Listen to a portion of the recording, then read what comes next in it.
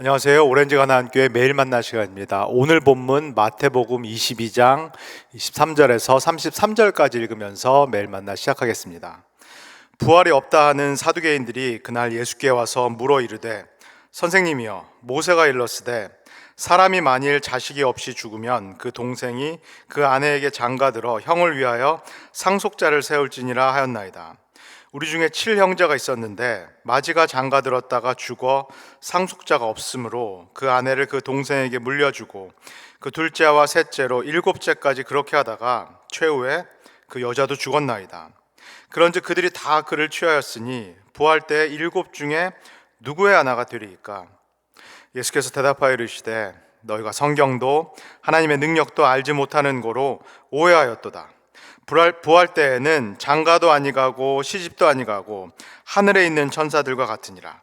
죽은 자의 부활을 논할진대 하나님이 너희에게 말씀하신 바 나는 아브라함의 하나님이요 이삭의 하나님이요 야곱의 하나님이로라 하신 것을 읽어보지 못하였느냐? 하나님은 죽은 자의 하나님이 아니요 살아있는 자의 하나님이시라 하시니 무리가 듣고 그의 가르치심에 놀라더라. 아멘.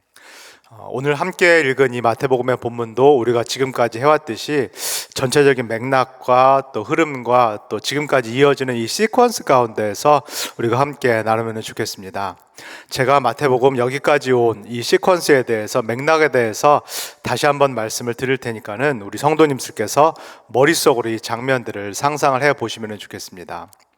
예수님과 제자들과 그 무리들, 이 북쪽 갈릴리에서 내려온 이 사람들이 이 남쪽 유대 땅, 그리고 예루살렘 도시, 그리고 예루살렘 성전에 입성을 했습니다.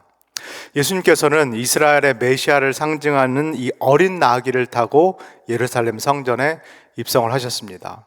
그리고 예수님께서는 사실은 이 성전의 주 수입원이라고 할 수 있는 물건을 바꾸거나 환전을 하는 그 상인들의 상을 뒤집어 엎으셨습니다. 그리고 예수님께서는 이 무화과 나무를 가리키면서 예루살렘 성전이 마치 이와 같다. 잎사귀는 무성한데 열매를 맺지 못하고 있다라고 사실은 예루살렘 성전 전체를 꾸짖으셨습니다. 그리고 예수님께서는 세 가지 비유를 말씀을 하셨는데 우리가 잘 아는 이 세 가지 비유들이 사실은 이 성전에서 이권을 누리고 있었던 사람들, 서기관들, 사두개파 사람들, 대제사장들, 공의회 의원들, 그리고 바리새파 사람들, 이 사람들을 다 묶어서 예수님께서 이 세 가지 비유를 통하여서 비판을 하셨다라는 것을 우리가 앞을 통해서 보게 됩니다. 예수님께서 비유를 통해서 야, 너희들은 순종한다라고 말해놓고 순종을 하지 않은 둘째 아들과 같은 사람들이다. 야, 너희들은 하나님께서 포도원을 맡겨주셨는데 이 포도원, 예루살렘 성전을 제대로 돌보지 않고 그리고 이 포도원 주인이 보낸 마지막 아들, 이 상속자까지 죽인 사람들과 같다. 너희들은 왕이 이 아들의 이 혼인잔치 자리를 열었는데 그리고 너희들을 제일 먼저 초대를 했는데 그러나 초대를 거절한 그 나쁜 사람들과 같다라고 예수께서 말씀을 하셨습니다.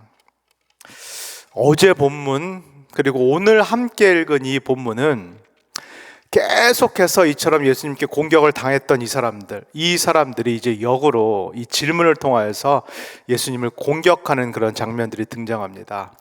이 사람들이 함정을 파놓는 질문, 마치 덫을 놓는 것 같은 그런 질문을 통하여서 이제 예수님께 반격을 하는 그런 장면들이 등장하기 시작합니다. 어제 읽은 본문에서는 바리새파 사람들 그리고 헤롯 당원들이 함께 힘을 합쳐서 예수님께 공격적인 질문을 던졌고 오늘은 바로 이 사람들이 예수님께 질문을 하면서 공격을 하기 시작합니다. 23절 그리고 24절을 제가 읽겠습니다.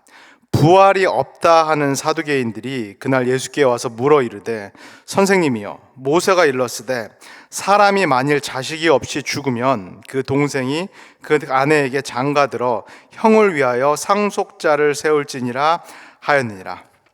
지금 예수님을 걸어 넘어뜨리고자 하는 이 사람들은 구체적으로 어떤 사람들인가요? 사두개인들 그리고 사두개파 사람들입니다. 이 사두개인들, 사두개파 사람들은 1세기 유대교에서 핵심적인 권력을 갖고 있었던 사람들입니다. 유대 공의회라고 하는 사내들인에서 높은 자리를 차지하고 있었던 사람들, 그리고 그들의 혈통상 이 성전에서 대제사장 직분들, 그리고 제사장 직분을 갖고 있었던 사람들이 이 사두개인들, 그리고 사두개파 사람들이 되겠습니다. 이 사두개파 사람들은 오늘 함께 읽은 대로 부활은 없다라고 믿습니다. 한 개인이 죽음 이후에 다시 부활하는 그런 사건은 없다라고 믿습니다. 왜 그럴까요? 유대인들 중에서 이 사두개파 사람들이 신앙적으로도 신학적으로는 가장 보수적인 사람들입니다. 이 사두개파 사람들은 성경 전체에서 모세오경, 즉 토라만이 하나님의 권위 있는 말씀이다라고 믿습니다. 구약 성경이 있다라고 하더라도 그 뒤에 나오는, 예를 들면 예언서라든가 성문서라든가 지혜서라든가 역사서들은 이 맨 앞에 있는 토라, 모세오경보다는 권위가 떨어진다라고 믿는 매우 신학적으로 보수적인 사람들이 바로 이 사두개인들, 그리고 사두개파 사람들이 되겠습니다.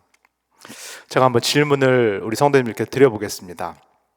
모세오경, 창세기, 출애굽기, 레위기, 그리고 민수기, 신명기, 이 모세오경, 이 토라 안에 죽은 사람의 부활에 대해서 언급되어 있는 그런 내용이 있나요?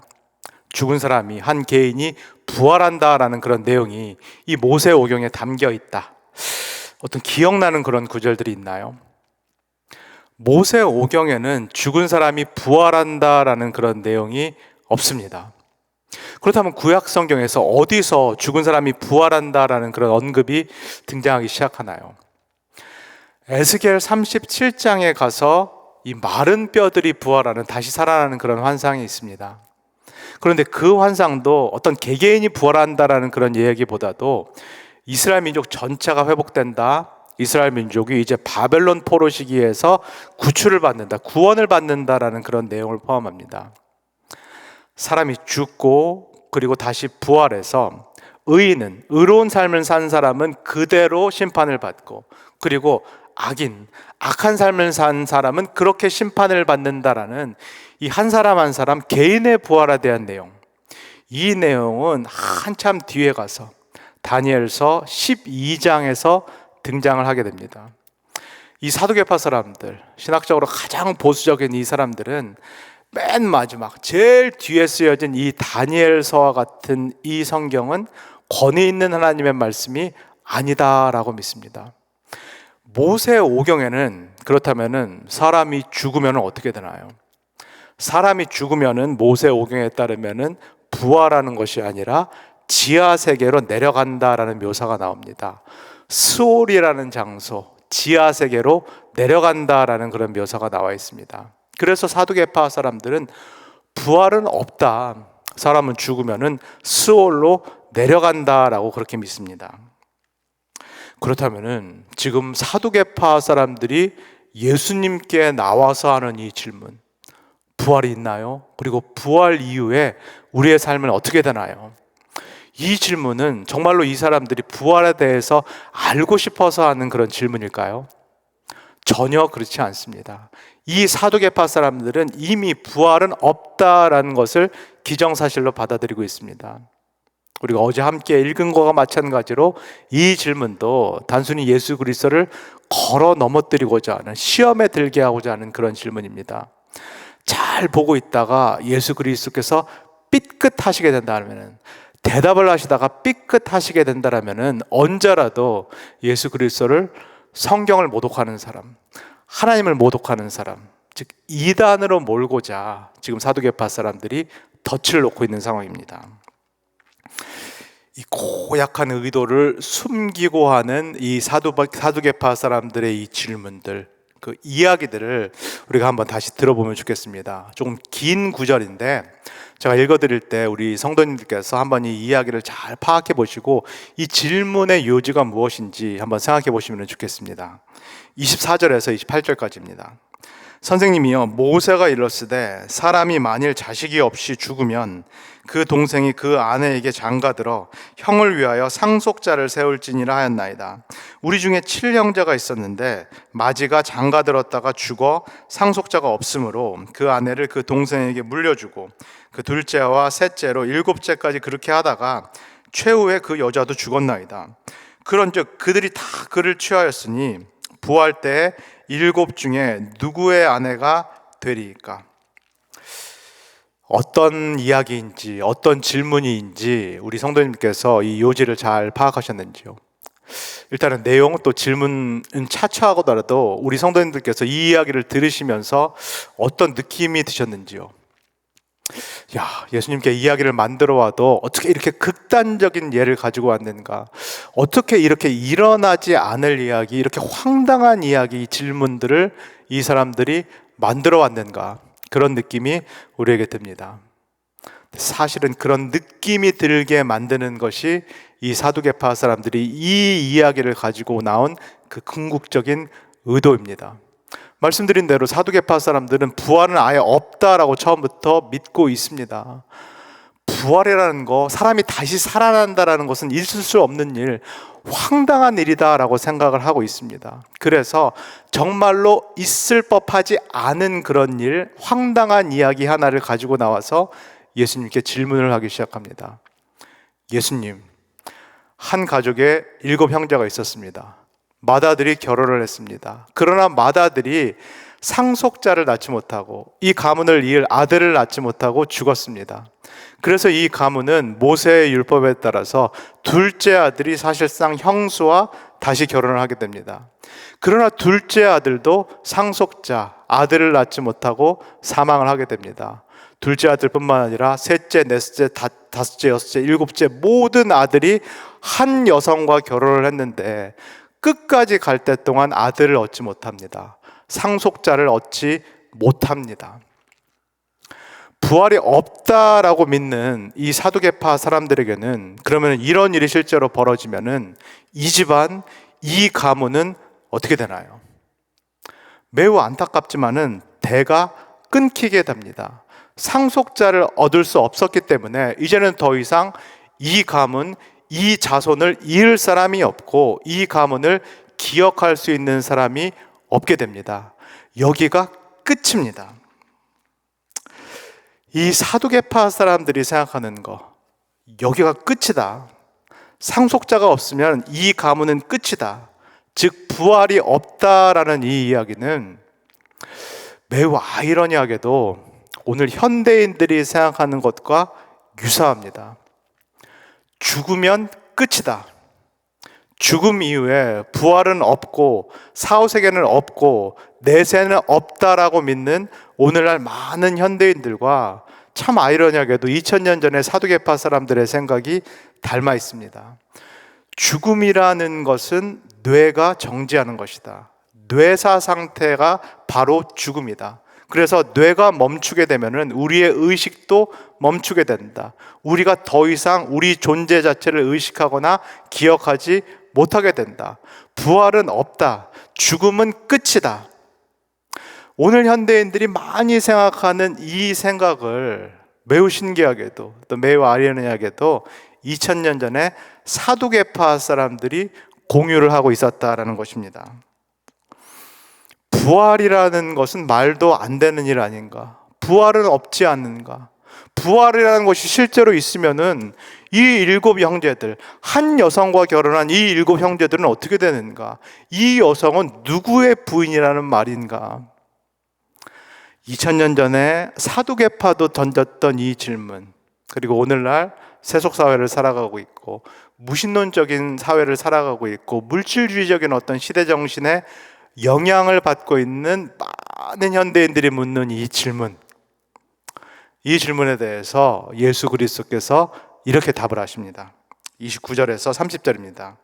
예수께서 대답하여 이르시되 너희가 성경도 하나님의 능력도 알지 못하는 거로 오해하였도다. 부활 때에는 장가도 아니가고 시집도 아니가고 하늘에 있는 천사들과 같으니라. 무슨 말씀처럼 들리시나요? 사두개파 사람들아, 사두개인들아, 사내들인 공의회 의원들아, 장로들아, 서기관들아, 대제사장들아, 너희들이 안다고 말하는데, 너희들이 성경도 알고 하나님도 안다라고 말하는데, 그러나 사실 너희들은 성경의 가르침도 모르고 하나님도 모른다. 너희는 아예 처음부터 부활이 없다라는 너희들의 생각을 전제로 하고 말하고 있다. 너희는 이 땅에서의 일, 이 땅에서 세상 사람들이 경험하는 그 일을 가지고 그것을 기준으로 너희들이 모르는 하나님의 일, 그리고 하늘나라의 일을 재단하고 평가하고 있다. 너희들은 부활이라는 것은 있을 수 없다라고 말하는데, 부활이 있다라면은 지금 이 7 형제들에게 일어난 황당한 일이 일어날 것이다 라고 말을 하고 있는데, 그러나 부활 이후에는 너희들이 묻는 이 질문을 물을 필요가 없다라고 말씀합니다. 왜냐하면은 부활 이후의 몸은 이 땅에서의 몸이 아니라 말 그대로 부활체, 신령한 몸이 될 것이기 때문입니다. 마치 애벌레에서, 누에 고치에서 나비가 나오듯이 이 부활 이후의 몸은 천사들과 같은 몸, 우리가 이 땅에서 어떤 몸인지 정확히 알 수 없지만은 그 신령한 부활체로 변화될 것이다. 그래서 이 부활체, 이 몸은 더 이상 이 땅에서의 소위 말해서 부부관계, 성관계가 필요 없는 몸이 될 것이다. 그리고 오히려 이 육체적인 제약을 벗어나기 때문에 이 땅에서의 이 관계, 형제와 자매 사이의 이 관계보다 훨씬 더 깊고 훨씬 더 강한 그런 사랑과 친교의 관계를 누릴 수 있을 것이다 라고 예수 그리스도께서 이 사도계파 사람들에게 말씀을 합니다. 사도계파 사람들이 자기들은 안다라고 말을 하지만, 자신들은 성경을 알고 있기 때문에 분명히 안다라고 말하지만은, 그러나 너희들은 모른다. 그리고 너희들은 사실은 하나님이 어떤 분이신지 모른다. 예수님께서 이렇게 말씀하십니다. 31절에서 32절입니다. 죽은 자의 부활을 논할진대 하나님이 너희에게 말씀하신 바 나는 아브라함의 하나님이요 이삭의 하나님이요 야곱의 하나님이로라 하신 것을 읽어보지 못하였느냐. 하나님은 죽은 자의 하나님이 아니요 살아있는 자의 하나님이시니라 하시니. 아브라함과 이삭과 야곱은 사실 오래전에 죽었습니다. 이들은 다 죽은 자입니다. 모세 오경에 따르면 이들은 지하세계로, 스올로 내려간 것으로 묘사되어 있습니다. 그러나 하나님께서는 이 사람들의 하나님이다라고 말씀합니다. 말 그대로 이 사람들은 다 죽은 사람들입니다. 그리고 하나님은 죽은 자의 하나님이 아니라 산 자의 하나님이다라고 말씀을 합니다. 그렇다면 하나님께서 어떻게 이미 죽은 이 아브라함과 이삭과 야곱의 하나님, 어떻게 이미 지하세계 스올로 내려갔다라고 묘사되어 있는 이 아브라함과 이삭과 야곱의 하나님이 될 수 있을까요?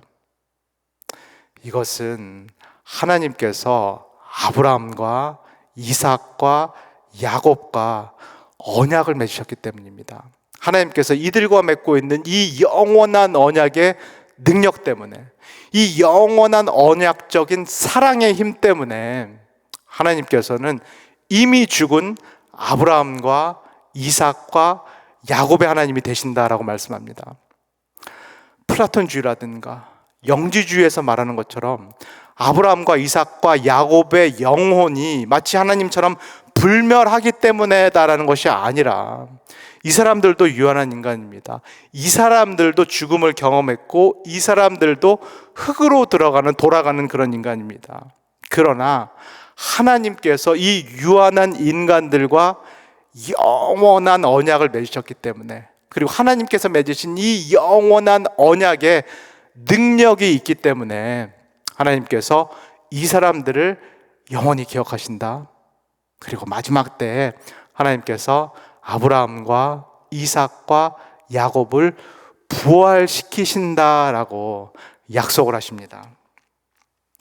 사랑하는 우리 오렌지가 나교회 성도 여러분, 사두개인들이 물은 것처럼 정말로 우리의 죽음 이후에 부활이 있을까요? 죽음이 우리의 삶의 끝이 아니라 정말로 죽음이 새로운 삶의 시작일까요? 죽음이라는 것이 마침이 아니라 오히려 죽음이라는 것은 통과 의례와 같아서 어떤 문 같아서 우리가 이 죽음을 통과한다면은 정말로 새로운 삶으로 들어가게 될까요? 예수님께서는 이 아침 분명하게 말씀하십니다. 그렇다. 죽음이라는 것이 끝이 아니다. 죽음이라는 것은 문과 같다. 이 죽음의 끝에 하나님께서 계시다. 그리고 이 죽음의 문을 하나님께서 반드시 여실 것이다 라고 말씀합니다.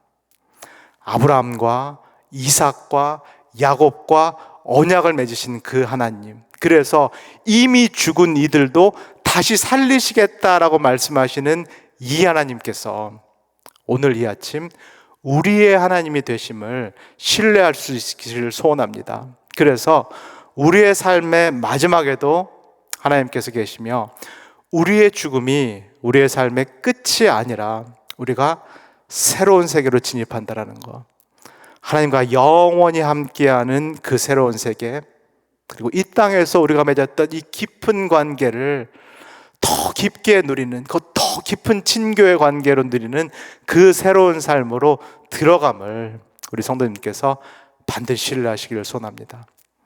나와 언약을 맺으신 하나님, 그리고 이 언약은 죽음도 끊어놓을 수 없는 영원한 언약이다라는 것을 신뢰하시면서 오늘 하루도 부활신앙으로 사시는 모든 성도님 되시기를 주 예수 그리스도의 이름으로 간절히 소원합니다. 다 같이 기도하겠습니다. 사랑해 주님 감사합니다. 사두개파 사람들처럼 오늘날 많은 현대인들이 죽음이 끝이다 라고 생각합니다. 죽게 된다면 나의 뇌가 멈추게 되고 나의 의식과 나의 기억이 멈추게 되고 그것이 끝이다 라고 생각하는 경우가 많습니다. 우리가 신앙을 갖고 있지만 죽음이 두려운 것이 우리의 마음이요 우리의 현실임을 주님께 고백합니다. 그러나 오늘 함께 들은 말씀을 통하여서 하나님, 죽음이 끝이 아님을 내가 믿도록 나를 축복하여 주시옵소서. 죽음이 끝이 아니요 새로운 세계로 들어가는 문임을, 그리고 그 문에 예수 그리스도께서 계시고 그 문을 하나님께서 여심을 내가 신뢰할 수 있도록 주님 축복하여 주시옵소서. 내가 이 땅에서 믿음으로 붙잡은 하나님과의 영원한 언약이 계속 지속된다라는 것을 확신케 하시고 하나님께서 붙들고 계신 이 영원한 언약의 힘이 이 땅에서도 그리고 죽음 너머에서도 나와 함께 하심을 잊지 않도록 주여 우리를 축복하여 주시옵소서. 감사드리며 예수님의 이름으로 기도합니다. 아멘.